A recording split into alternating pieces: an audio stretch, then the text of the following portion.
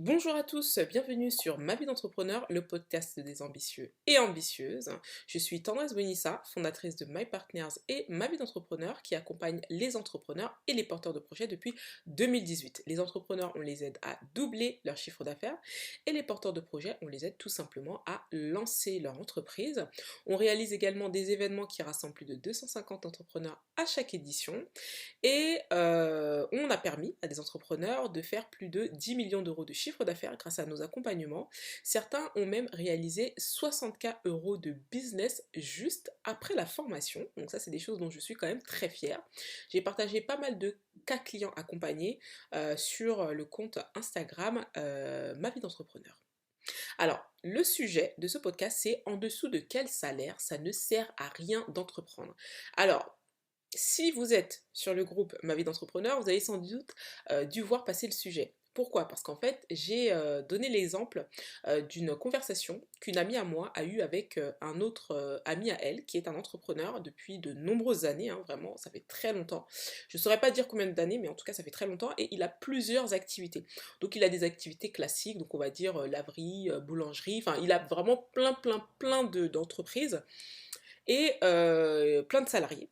Et du coup, il échangeait avec elle parce que mon amie, elle est dans un domaine où c'est extrêmement difficile de recruter. Alors, je ne vais pas donner trop de détails, mais en tout cas, je vais vous en donner quelques-uns histoire que vous compreniez le domaine, mais je ne vais pas donner de détails très précis sur son activité, etc. et sur qui elle est.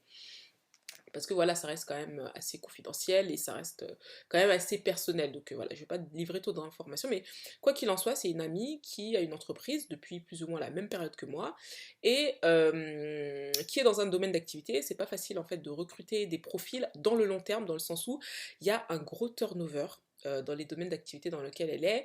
Il est difficile de fidéliser les employés, les gens restent, s'en vont, etc. Bref, le management, c'est super compliqué dans ces domaines d'activité-là.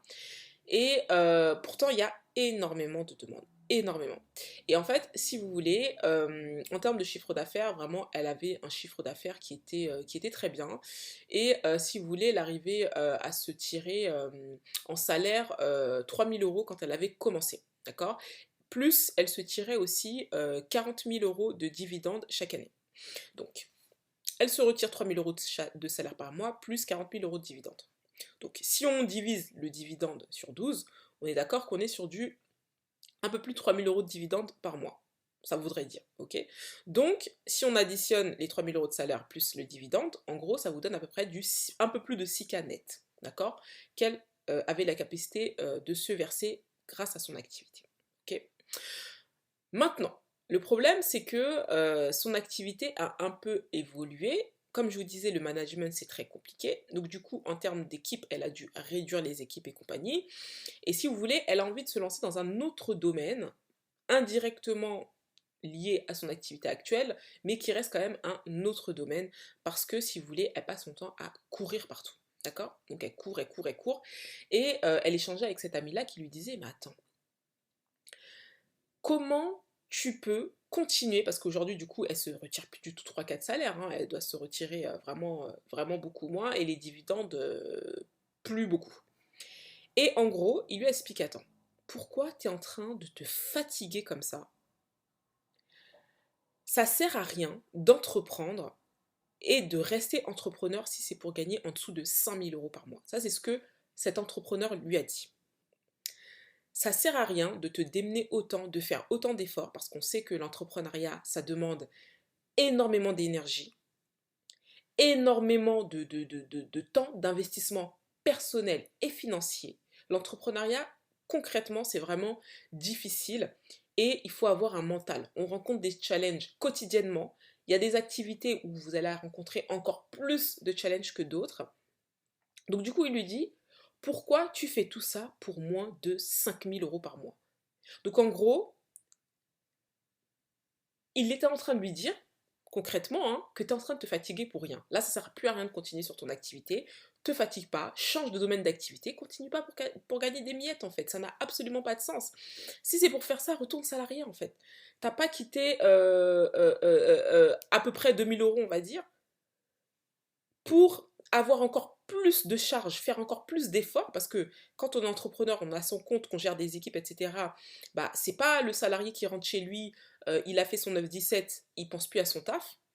L'entrepreneur, son taf l'accompagne nuit et jour, H24, même en vacances, ton taf t'accompagne. Alors pourquoi faire tous ces sacrifices pour gagner un si petit salaire? C'est ce qu'il est en train d'expliquer. Alors, c'est vrai qu'il y a eu un débat sur le groupe Ma vie d'entrepreneur. Moi, personnellement, je suis d'accord avec cet entrepreneur-là. Je le connais indirectement, je sais qui c'est, puisque on a une personne en commun qu'on connaît très bien. Et je le comprenais parce que je me dis, pourquoi tu fais autant d'efforts? On sait ce que c'est être entrepreneur, c'est pas évident tous les jours. Et pourquoi tu te fatigues autant pour gagner aussi peu? Et ça, c'est quelque chose que je comprends. Alors, il y a eu un débat dans le groupe, et il y a des personnes, j'ai compris un peu leur point de vue, dans le sens où, effectivement, quand tu démarres, c'est tout à fait normal de démarrer avec très peu de revenus. Quand tu te lances, ne t'attends pas à faire du 10K € par mois en aide dans ta poche et compagnie. De toutes les façons, il est plus stratégique, en fonction de son statut juridique, hein, de se rémunérer en dividende plutôt qu'en salaire. Bien entendu, beaucoup d'entrepreneurs se versent des petits salaires et récupèrent des gros dividendes en fin d'année. Mais pourquoi te battre autant et faire autant d'efforts pour aussi peu de résultats gagnés? Et c'est vrai que oui, les premières années, c'est normal, faut pas t'attendre à faire des gros chiffres, etc. Mais par contre, de mon point de vue, à partir de la deuxième, troisième année, surtout à partir de la troisième année, qui est quand même l'une des plus grosses années quand on est un chef d'entreprise, c'est une année vraiment extrêmement intéressante en termes de revenus, de chiffre d'affaires et de plein de choses, si on a bien travaillé les 2 premières années. Mais moi, je sais que par exemple, par rapport à mon activité, dès la deuxième année, ça a été très intéressant pour moi. Mais c'est vrai qu'en fonction de certains domaines d'activité, en fonction du niveau de rentabilité et compagnie, c'est vrai que pour certains domaines, voilà, ce sera plutôt à la troisième année. Ça, il n'y a pas de souci. Mais quoi qu'il en soit, si ça fait un petit moment que tu es entrepreneur et que, ça c'est mon avis personnel, hein, moi je suis plutôt d'accord avec lui, que tu fais moins de 5 000 € par mois de revenus nets dans ta poche et que tu fais énormément d'efforts, c'est vrai que moi je me dis à quoi ça sert d'être entrepreneur en fait? Parce que quand tu deviens entrepreneur, c'est pour un niveau de vie. Alors oui, il y a la qualité de vie, le fait de gérer comme on veut, de partir à des rendez-vous personnels comme on veut, le fait de ne pas demander des comptes, de demander des comptes à personne, de gérer sa vie comme on veut, ça c'est une qualité de vie indéniable. Mais il y a aussi le niveau de vie. Beaucoup d'entrepreneurs, ils quittent le salariat parce que le niveau de vie qui leur est proposé ne convient absolument pas. Ils se disent, là, je suis payé tant, je n'évolue pas, il n'y a pas de perspective, et compagnie, donc je vais tenter ma chance en étant entrepreneur parce que je sais que je peux faire beaucoup mieux puisque je ne suis pas limité quand je suis entrepreneur. Donc moi je sais que ça a été mon cas par exemple, ça a été le fait de quitter le système parce que j'en avais marre d'être dans le salariat de toutes les façons, et ça a été aussi motivé par le fait que je me dis attends, pourquoi je me tue comme ça avec un master pour qu'on me verse 1 700 € par mois? Ça n'a absolument pas de sens. Ça a été une motivation, le niveau de vie, la recherche d'un meilleur niveau de vie. Et étant donné que j'avais une entreprise de cosmétiques, j'avais déjà eu une entreprise de cosmétiques, je savais et j'avais conscience, connaissance, puisque je l'avais vécu, que je pouvais gagner tellement plus. Et donc, du coup, quand tu fais le parallèle entre les efforts que tu fournis quand tu es entrepreneur et les revenus que tu gagnes, est-ce que c'est stratégique de te suer à la tâche durant 4 ans, 5 ans, voire plus, pour gagner pas beaucoup en fait? Et moi, je trouve que c'est une réflexion qui est très pertinente de la part de cet entrepreneur-là, parce que, après, bon, il y a des gens, ils entreprennent juste pour faire ce qu'ils aiment. Voilà, ils gagnent 2 000 €, ça les suffit. Après, ça dépend, il y a différents types de profils d'entrepreneurs aussi, hein.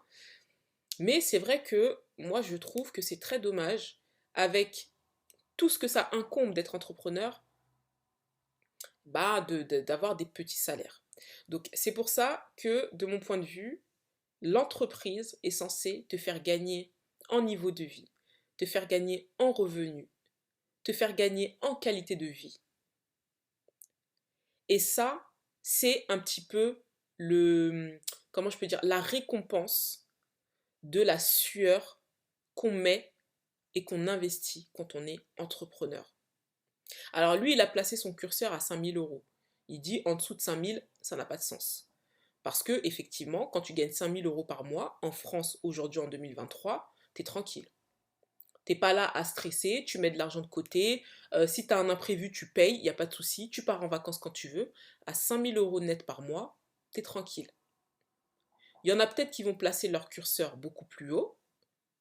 Il y en a, ils vont te dire non, moi, pour moi, 10 000, 15 000, 20 000, enfin je sais pas. Mais l'avantage, c'est que effectivement, tu peux donc augmenter au fur et à mesure des années tes revenus et ton niveau de vie, forcément. Donc voilà, moi c'est un petit podcast, c'est court, c'est voilà, mais c'était juste une discussion que j'ai eue.